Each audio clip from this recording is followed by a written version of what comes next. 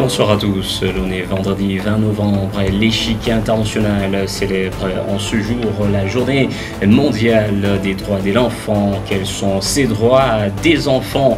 Sont-ils respectés en RDC? Autant des questions qui trouvent réponse dans la question d'actualité. Mesdames et messieurs, bonsoir et bienvenue à tous dans votre émission d'entretien qui reçoit ce numéro de Maître David Ilunga. Il est avocat au barreau de Lualaba qui est avec nous sur ce plateau et qui je dis bonsoir et bienvenue, Maître.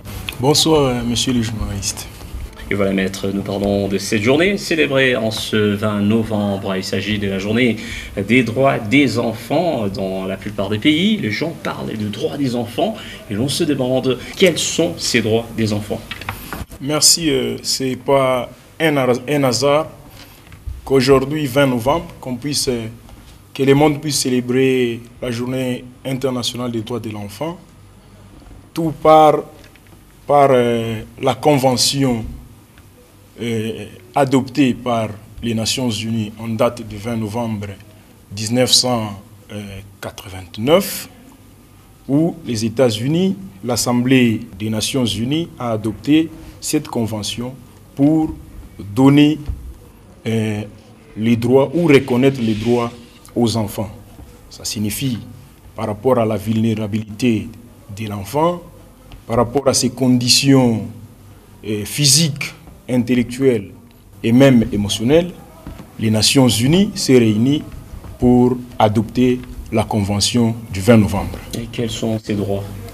Les droits de l'enfant, tels que consacrés par cette Convention, non seulement cette Convention, il y a aussi la Charte africaine du 90, il y a, comme au niveau local, nous avons la Constitution, notre Constitution de 2006 qui consacre en son article 123.6 consacre les droits de l'enfant, mais aussi nous avons la loi portant protection de l'enfant. Oui. Cette loi donne plusieurs droits. Entre autres? Entre autres, les droits à la vie, c'est un droit. Les droits à une habitation, une résidence. Les droits à la santé, les droits à l'éducation.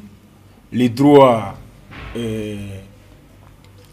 j'ai parlé des droits à l'éducation, il y a les droits aux soins médicaux.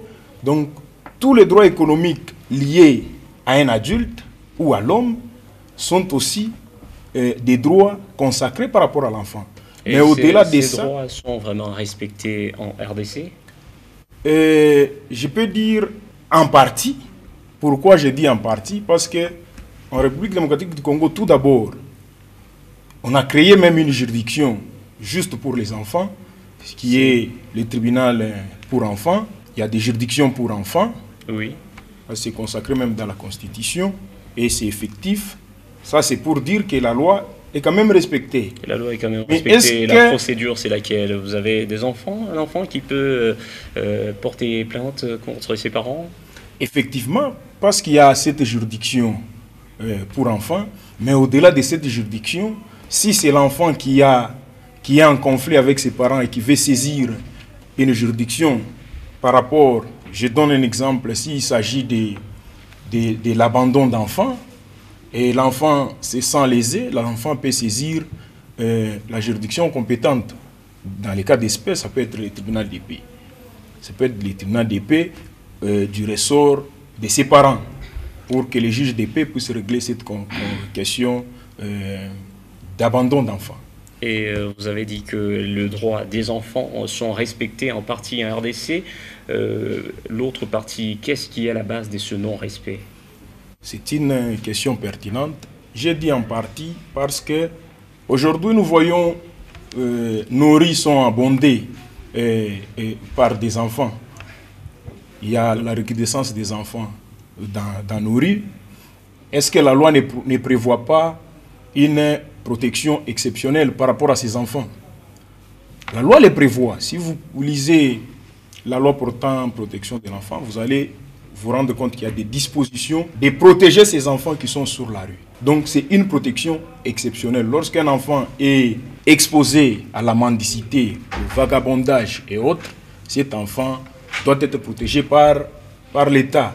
Donc l'État est d'abord le premier responsable au-delà des parents, l'État est aussi responsable de ses enfants. Et voilà pourquoi j'ai dit cette loi où les droits des enfants est respecté en partie. Bon, bref, qu'est-ce qu'un enfant ou que représente un enfant en droit ou le droit congolais? L'enfant est un être humain, comme tout être, mais la différence c'est que pour un enfant, la différence c'est l'âge. L'enfant est tout être de moins de 18 ans. Tout celui qui n'a pas encore atteint 18 ans est considéré comme étant enfant. Et ces droits ont des limites, ils marchent avec les devoirs, ou bien ils sont d'abord à mettre à part? L'enfant, tout comme un adulte, quand il y a les droits, il y a aussi les devoirs. L'enfant a aussi des devoirs envers ses parents, notamment l'obéissance. L'enfant doit obéir à ses parents. L'enfant doit être là aussi pour servir ses parents, c'est aussi des devoirs. L'enfant doit être poli envers ses parents. Donc tout ça, ce sont des devoirs. Mais surtout l'obéissance. Et nous parlions ici de ces abus de droits des enfants. Qu'est-ce qui est à la base de ces abus? Il y a l'ignorance ou... Les abus, il y a plusieurs abus. Et en droit, les abus, on les appelle soit infraction, ou soit c'est civil. On saisit les juges peut-être en rapport avec la pension alimentaire. Oui. Mais comment ils arrivent, la population? On ne sait pas, les parents ne savent pas, parce que les parents sont après l'État, ce sont les parents, les premiers responsables qu'on voit, oui, par rapport pour à protéger l'enfant. Pourquoi il y a des abus? Ils ne savent pas, il faut une vulgarisation de ces droits. Il faut une vulgarisation, oui, mais aussi, comme le principe des droits dit, nul n'est censé ignorer la loi. Donc, effectivement, il faut une vulgarisation.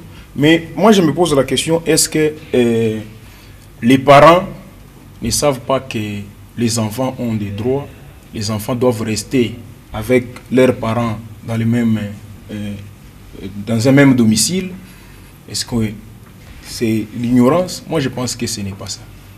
Puisqu'un enfant doit naturellement, quand il y a un enfant qui est né, les parents doivent être responsables vis-à-vis de cet enfant. Ils doivent prendre tous les soins possibles. Ils doivent vivre avec l'enfant sous le même toit. Ils doivent éduquer cet enfant et donner tout ce qui est nécessaire pour l'épanouissement de cet enfant. Et à présent, cette dernière question, est-ce que l'enfant a le droit d'écoute, d'être écouté? Effectivement, l'enfant a droit d'être écouté.